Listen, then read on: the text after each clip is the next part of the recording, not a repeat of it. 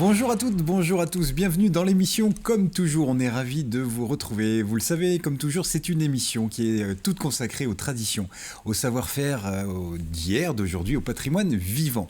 Aujourd'hui, mesdames et messieurs, nous allons parler photo, nous allons parler exposition avec la 20e exposition photographique à Beaufou, 20 ans, 20 regards. Pour nous en parler, deux invités, Jean Gorvan et Jean-Michel Guérinaud. L'un est commissaire d'exposition et l'autre ancien maire organisateur. Juste en deuxième colonne. Mais oui, Madame Barbara, sûr que la photo sera bonne pour cette exposition. 20 ans que la commune organise des expositions, 20 ans, 20 regards. Hier encore. Nos deux invités sont des passionnés, des photodidactes, deux agités de la focale qui sont tombés tout bébés dans la marmite argentique. Depuis, ils ne cessent de jouer dans les flashbacks à sable émouvant. Jouer aux photos tamponneuses, ils continuent de se shooter au nitrate d'argent, à l'herbe des champs et des contre-champs. Diplômés de l'école des Beaux-Arts, ils organisent depuis 20 ans des expositions à Beaufou. Rendez-vous avec le beau, le sensible. 20 ans qu'ils mettent en lumière tous ces artistes qui sont derrière leur appareil photo pour nous merveiller la vie, nous en mettre plein les mirettes. Ces artistes qui partent au petit bonheur la chasse, à la fortune du portrait, l'appareil photo en bandoulière. Ils visent l'instant sans objectif précis. Non, ils ne visent pas. Ils improvisent en flagrant délice. Ils traquent le subtil, l'invisible, avec des pellicules 400 hasards. Et le jour est venu où l'exposition fête sa 20e édition. 20 ans d'images, de voyages en photo. De quoi est faite l'exposition ? Quels sont les artistes invités ? Quel est le programme ? À qui s'adresse-t-elle ? Allez, autant de questions que nous allons poser à nos deux invités. Jean Gorvan, Jean-Michel Guérinaud, soyez les bienvenus. Bonjour. Merci d'avoir accepté notre invitation. Alors avant qu'on commence l'entretien, permettez-moi de vous présenter deux agités aussi de la focale, que sont nos deux Jean-Pierre. Bonjour Jean-Pierre Bertrand, bonjour Jean-Pierre Pouvreau. Bonjour Jérôme. Bonjour Jérôme. Bonjour monsieur.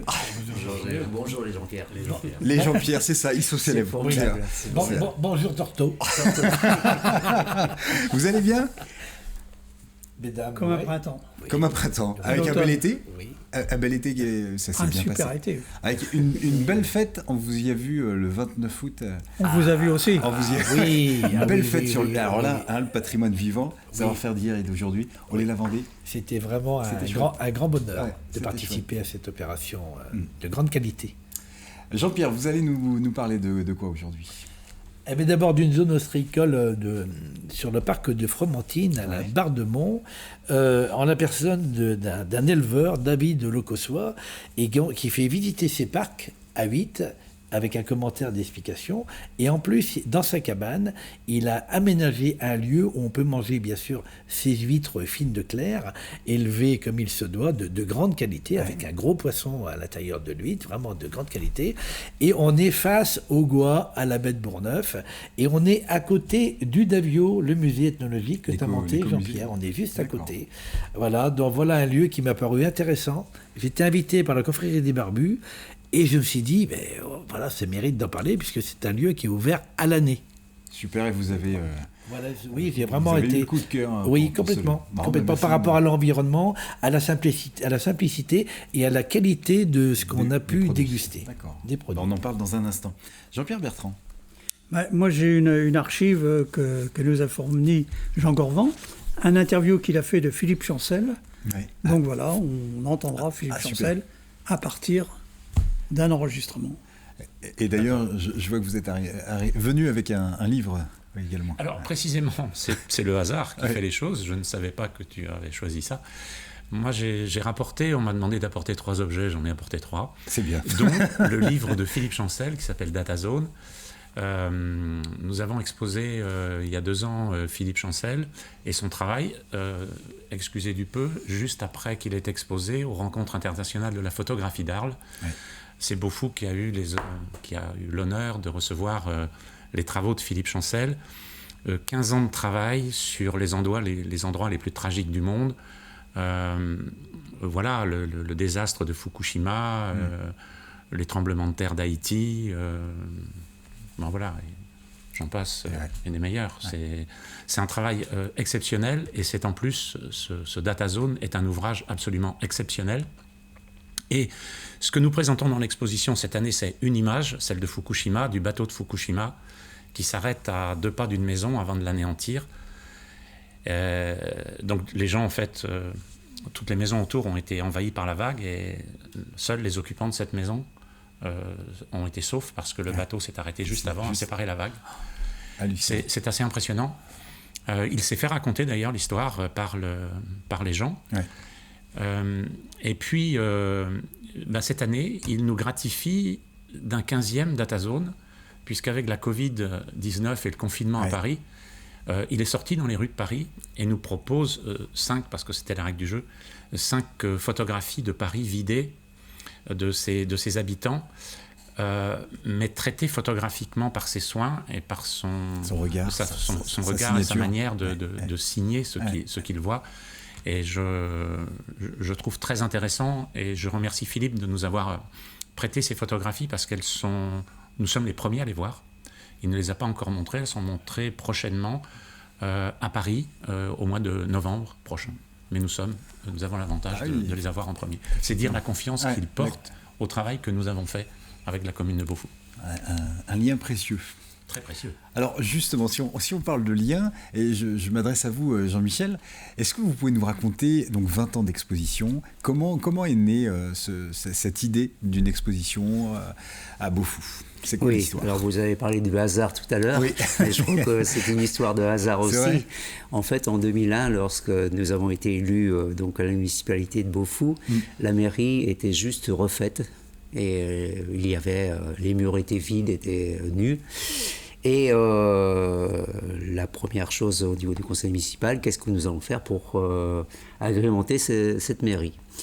Bien sûr, la peinture, la sculpture. Et puis, j'ai une de mes conseillères qui avait son voisin, qui était photographe professionnel, Carl White, qui est un Anglais qui vit 6 mois à Beaufou et 6 mois en Angleterre ou dans d'autres pays où il va faire ses photos. Et on a fait une commande à cet artiste en disant il nous faudrait 6 photos qui expriment l'ambiance de Beaufou. Voilà, libre à lui de prendre. Alors on le voyait souvent avec son vélo, son appareil, etc. On ne le connaissait pas très bien, on a appris à le connaître et maintenant il fait partie de la commune. Et il nous a présenté donc 60 photos. Donc 60 photos, on en a pris 12. Et il nous a dit, moi, j'ai jamais exposé en France. Je lui ai dit, écoute, je te donne la possibilité d'exposer dans notre modeste salle de Beaufou. Et en fait, c'est là que c'est parti. Il a exposé donc des photos des États-Unis, de l'Écosse et puis de Beaufou. Et c'est là où vraiment c'est parti. On a été, donc ça c'était 2002. En 2003... il y a un club photo amateur qui nous a contactés, qui avait vu l'expo de Carl White, qui a dit nous ça nous intéresse d'exposer si vous êtes d'accord. Alors la volonté municipale c'était justement d'amener la culture dans nos villages ruraux de façon à permettre au plus grand nombre puisque d'en profiter, on s'en est bien rendu compte avec Jean, dès qu'on parlait d'exposition c'est pour l'élite. C'est pour des gens, des spécialistes. Ou c'est pas pour nous. Voilà, le premier réflexe, c'est pas pour nous. Donc il a fallu un peu dépasser démystifier tout ça. Et puis donc le club Focal 85 de Château d'Olonne est venu exposer donc à Beaufou la 2e année, donc 2003. Oui, c'est ça.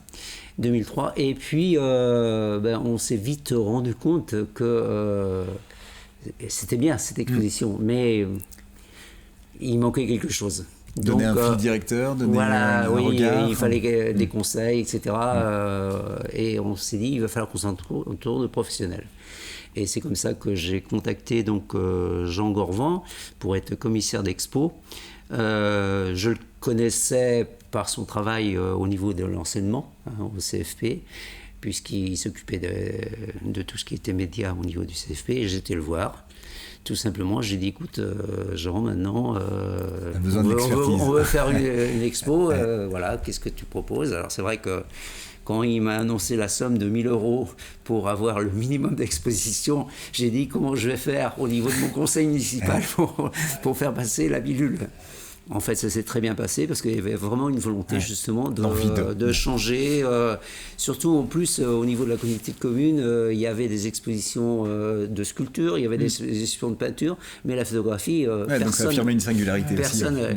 Et tout de suite, on a eu une volonté aussi d'ouvrir à toute la population, pas que de Beaufou, mais aussi des communes aux alentours.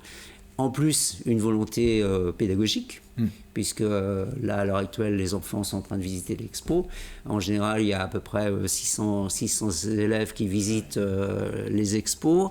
Il y avait une volonté aussi de faire participer les jeunes. On fait un concours de jeunes, etc. Donc, il y a toute une émulation qui se fait autour.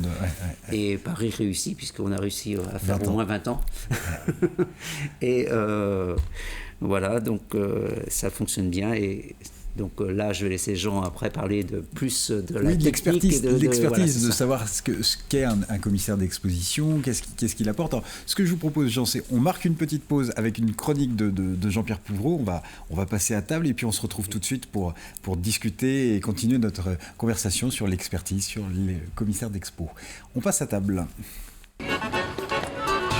Alors Jean-Pierre, le coup de cœur. Le coup de cœur. D'abord, tout le monde connaît la qualité des huîtres de Vendée, la production en général ostréicole des huîtres de Vendée, qui se fait principalement dans la baie de Bourgneuf, dont une partie en Vendée.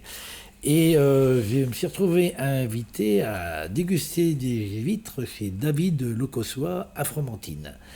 Et alors, voilà, on voit un petit peu de la photo. Alors, bon, la particularité, c'est qu'il fait visiter son parc ostréicole avec le commentaire d'explication de la naissance des huîtres à l'élevage, à l'affinage, donc tout le processus général de la culture de l'huître dans un environnement face au bois, à côté du Davio.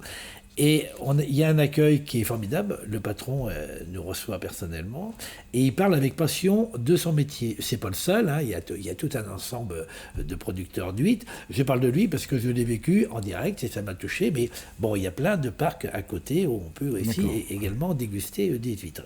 Alors bon, la particularité chez David Locossois, c'est qu'on peut manger également des fruits de mer. Et il fait un énorme plateau de fruits de mer à un prix, on va dire, familial, à un prix vraiment familial, de grande qualité. Donc non seulement on peut déguster les huîtres et visiter le parc, et il en parle avec passion et amour, mais en plus on peut manger un plateau de fruits de mer qui restera dans vos mémoires. Voilà, donc ça m'a convaincu. L'environnement est exceptionnel. On est face à la baie de Bourgneuf, face au bois. Tu connais un petit peu l'environnement, Jean-Pierre. C'est pas à toi que je vais dire ça. Et j'ai dit, tiens, ça fera un sujet de chronique parce que je trouve qu'il est ouvert à l'année en plus. Ça veut dire qu'il n'y a pas de souci, il fait des marchés, il livre. Et c'est un des nombreux passionnés éleveurs d'huîtres de la baie de Bourgneuf. Voilà. David Locossois, à Fromentine, à découvrir. Merci, merci pour ce coup de cœur. Moi, je me suis régalé. On sent. Ça se sent. Merci Jean-Pierre, merci beaucoup. Jean Corvan, je me tourne vers vous. Donc, au bout de 3 ans, on vient chercher votre expertise. Quelle plus-value? Qu'est-ce que c'est qu'un commissaire d'expo? On l'appelle aussi curateur, du latin celui qui prend soin. Qui prend soin. Je crois que c'est quelque chose que je trouve important, c'est de prendre soin des images, c'est-à-dire de prendre soin de ce que l'on peut voir avec son propre regard, et ensuite quand on les manipule, quand on les expose, voilà, c'est celui qui en prend soin. En fait, je crois que le commissaire d'exposition, c'est celui qui a une veille sur la photographie, celui qui sait ce qui s'est passé un peu, pas tout, bien sûr, on ne sait pas tout, et celui qui regarde où on va aujourd'hui. D'accord. Voilà. Alors, une fois qu'on a dit ça, on va ramener ça à la commune de Beaufou, parce qu'on n'a pas... on n'est pas dans un musée. Et on va... c'est pour ça que j'ai ramené un livre, c'est-à-dire que le livre est un support important. Je vois beaucoup de livres photos passer, et je me dis ça peut être une idée, où je vais aussi dans beaucoup d'expositions pendant le reste de l'année. Et je me dis, tiens, ça c'est... je mets ça dans mes bagages et je me dis, voilà, je proposerai ça à la commission. Comment ça se passe en fait? Quand la commission se réunit à la mairie, je viens avec eux et ils me disent alors, qu'est-ce qu'on fait? Qu'est-ce que tu as à nous proposer? Eh bien, je viens avec en général 3 ou 4 propositions. C'est-à-dire que moi, je ne viens pas pour imposer une idée. Je viens en disant, moi j'ai trouvé ça d'intéressant, qu'est-ce que vous en pensez? Et je montre soit un ouvrage, soit quelquefois une photo que j'ai pu trouver. Et on se dit, ben voilà, ça nous plairait. Et je leur dis, d'accord, je vais travailler sur la question, je vais contacter le photographe pour savoir s'il est d'accord, etc. Et lui dire, voilà, on a une petite somme d'argent, donc tu signalais 1 000 € tout à l'heure, on essaye de donner un SMIC au photographe. Quand tu dis ça, c'est pas le commissaire d'exposition qui est payé. Ouais. Je voulais faire la petite remarque. Et puis c'est on demande très modeste, quand même. Voilà. Enfin, je veux dire, à l'image d'une commune, c'est un budget, mais 1 000 €. Ça reste très modeste. Ça reste modeste. Ça reste très modeste. Mais c'est déjà un geste, et la recommandation du ministère de la Culture est très claire aujourd'hui, d'aller vers ces sommes-là. Ça évolue. Ça il y a évolue une reconnaissance dans le bon sens. dans le bon sens. Et donc, voilà, il propose, enfin je propose et il dispose, en fait. Ouais. Je ne fais pas les choix pour eux. C'est une invitation au voyage. Toujours. Vous avez pensé le voyage, vous proposez ça? Non. Non. Alors, je fonctionne un peu freestyle, on va dire. Ouais. C'est-à-dire, je fonctionne coup de cœur. Et quand je rencontre ces coups de cœur photographiques, j'ai envie de les transmettre. Et c'est comme ça que j'ai envie de fonctionner avec la commune de Beaufou, parce que ce sont aussi des élus et des bénévoles. Ouais.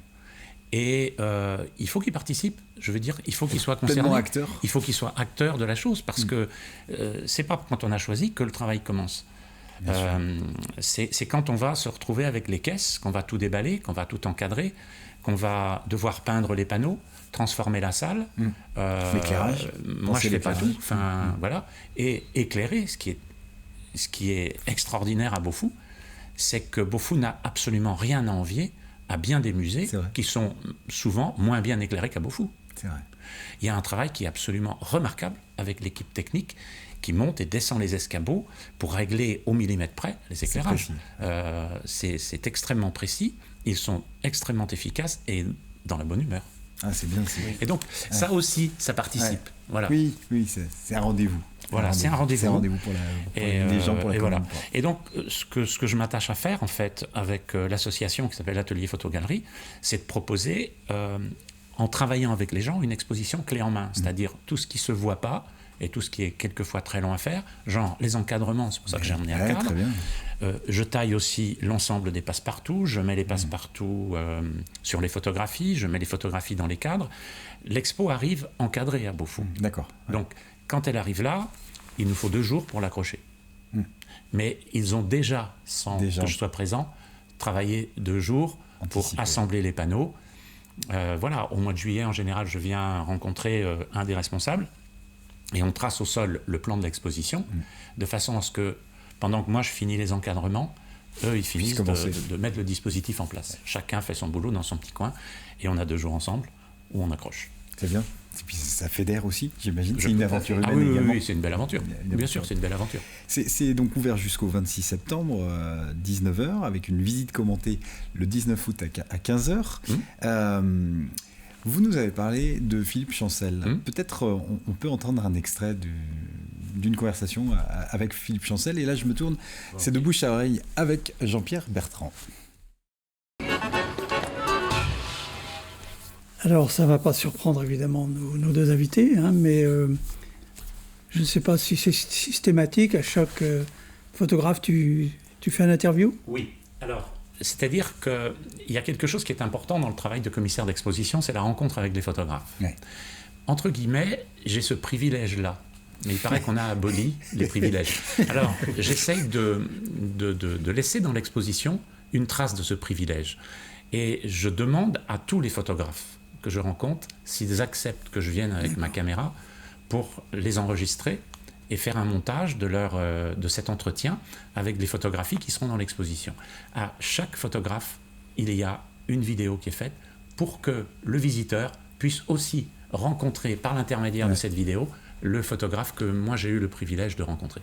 Alors on va entendre 1 minute des poussières. D'accord. Le début de l'interview durant lequel ce photographe donne ses sentiments. C'est ça. Donc voilà. Par contre, ce qu'on fera, c'est que on aura des photos qui viendront se projeter sur cette interview. Sur l'audio. Oui. Voilà. D'accord. Des photos que tu nous as ramenées, Oui, d'accord, ok. qui tu veux. Oui, qui vont être sur le thème de cette année.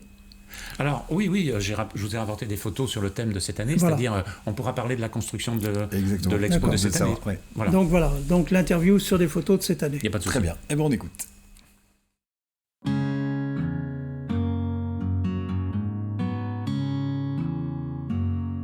Alors, je m'appelle Philippe Chancel, je suis photographe. Je pratique la photographie depuis très longtemps, depuis, je vais dire, presque ma tendre enfance. Non, pas tout à fait, mais presque.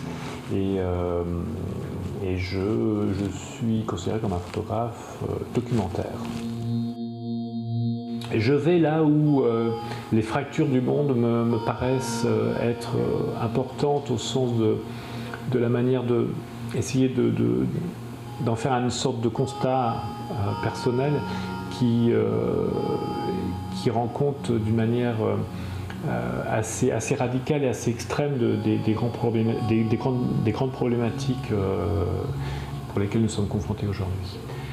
Je crois que le travail du photographe documentaire, c'est pas de changer le monde aujourd'hui, mais c'est déjà essayer de parvenir à essayer de s'en donner une représentation. Donc le Louvre-Lens, le Centre Pompidou-Metz, c'était des écrins à la fois extraordinaires, dont il fallait que je documente un petit peu la construction, l'évolution, la mise en place, la genèse en fait, la création, et puis tout en sachant qu'à l'intérieur il y aurait des choses magnifiques à voir et à photographier aussi. Voilà.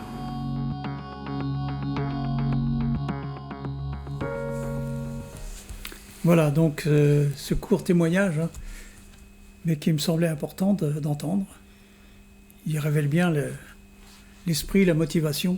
Ce que je voudrais ajouter, moi, c'est que toutes ces photos, je les regarde avec beaucoup d'intérêt, parce que je me dis que elles sont toutes sources pour demain, de notre société.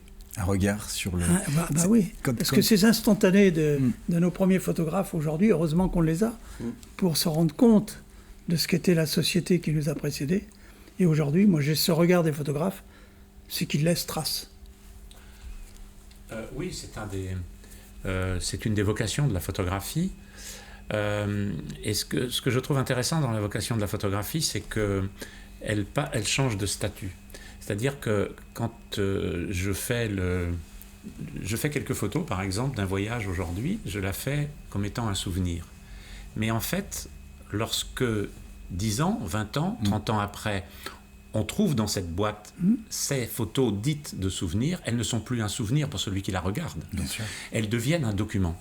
Tout à fait. Et donc, ce changement de statut est quelque chose de très intéressant, je trouve, pour la photographie. Très important. Et c'est ce qui est très important aujourd'hui parce que, évidemment, l'architecture change, les vêtements changent, les coutumes changent, et elles restent des traces alors qu'elles n'étaient qu'un souvenir. C'est pas de changer le monde, comme disait Philippe Chancel, le rôle du photographe, absolument mais pas. De porter un regard sur le monde d'aujourd'hui. Et il nous reste une minute pour 1 minute, 2 minutes maximum pour présenter un petit peu les 20 ans de l'exposition. Quels sont les coups de cœur? Qu'est-ce qui nous attend? Alors, le principe a été simple et risqué. J'ai appelé les photographes, je les ai tous appelés. Je leur ai dit, voilà, on va fêter les 20 ans de Beaufou.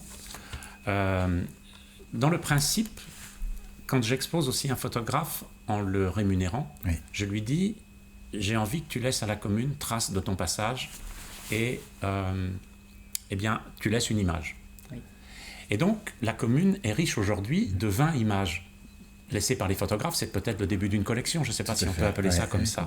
Mais c'est une trace, en tout cas, de leur passage et la poursuite d'une réflexion sur la manière dont ils ont regardé le monde. Ça, c'est la première chose. J'ai dit, on mettra donc l'image qui est restée à la commune et puis, je te propose de me donner 4 images, enfin de nous proposer 4 images qu'on va te rendre après, 4 images qui va compléter en me disant qu'est-ce que tu regardes aujourd'hui et comment tu regardes. Dans quel univers? Et c'est pour ça, je vous le disais tout à l'heure, Chancel nous a laissé le bateau de Fukushima et à côté, il y a le confinement. Catherine Henriette, par exemple, dont on a vu quelques extraits à l'écran, nous a laissé un conte d'hiver, conte d'été chinois et nous propose aujourd'hui les 5 premières images. Là encore, c'est une exclue, personne ne les a vues, de son travail qu'elle démarre au Japon. Donc, à chaque photographe correspond aujourd'hui une proposition de son travail. Geneviève Hoffmann nous faisait voyager de la Grèce du Mont-Saint-Michel jusqu'en Grèce. Elle nous fait voyager aujourd'hui sur sa table, puisqu'elle a photographié des paysages avec du pain posé sur la table. Les élèves regardant me disaient « Ah, mais c'est une coulée de lave !» Non, c'est juste une croûte de pain. Excellent. Voilà, chacun m'a apporté aujourd'hui et a apporté aux gens qui viennent voir à Beaufou le témoignage de ce qu'ils sont en train de travailler, abouti ou pas abouti d'ailleurs. Et c'est ça que je trouve très, très touchant, et de voir aussi un work in progress, comme on dit. Et voilà, je les remercie vraiment de la confiance qu'ils nous ont accordée. Ça nous donne envie en tout cas. Ah, j'espère. Merci, c'est une très très belle exposition, très copieuse, d'une centaine de photographes. Jusqu'au 26 septembre, on en profite. Les portes sont grandes ouvertes, on sent l'effervescence sur Beaufou avec tout ce qui tourne autour de la photo. Jean-Michel, rapidement, très rapidement. Très rapidement, je veux simplement donner mes 3 coups de cœur. Oui. Quand on fait un coup de cœur, on fait forcément des jaloux, mais les 3 coups de cœur de ces 20 ans, c'est d'abord Henriette Ponchon de Saint-André qui a exposé et qui a fait donc toute une émission sur France 3 à Beaufou. Deuxième chose, c'est Pierre-Louis Martin qui est venu pendant 4 mois photographier les gens de Beaufou, parce qu'avec cette ambition-là de faire venir les gens voir l'exposition, donc du moment où ils étaient acteurs, ils sont venus, c'est quand même plus de 600 personnes qui ont participé à cette exposition. Et puis le troisième, lorsque la salle a été, on a refait la salle, elle n'était pas disponible, ça a été une exposition dans le bourg, des grandes toiles accrochées au mur de la commune, qui a mis en valeur à la fois l'exposition et aussi notre patrimoine. Très bien. Merci beaucoup Jean-Michel Guérino, merci Jean Gorvan, et puis rendez-vous donc à Beaufou jusqu'au 26 septembre. Merci les Jean-Pierre. Et puis on va se dire à Bétou. À Bétou. Merci beaucoup. Ils iront à Beaufou. Ils iront à Beaufou.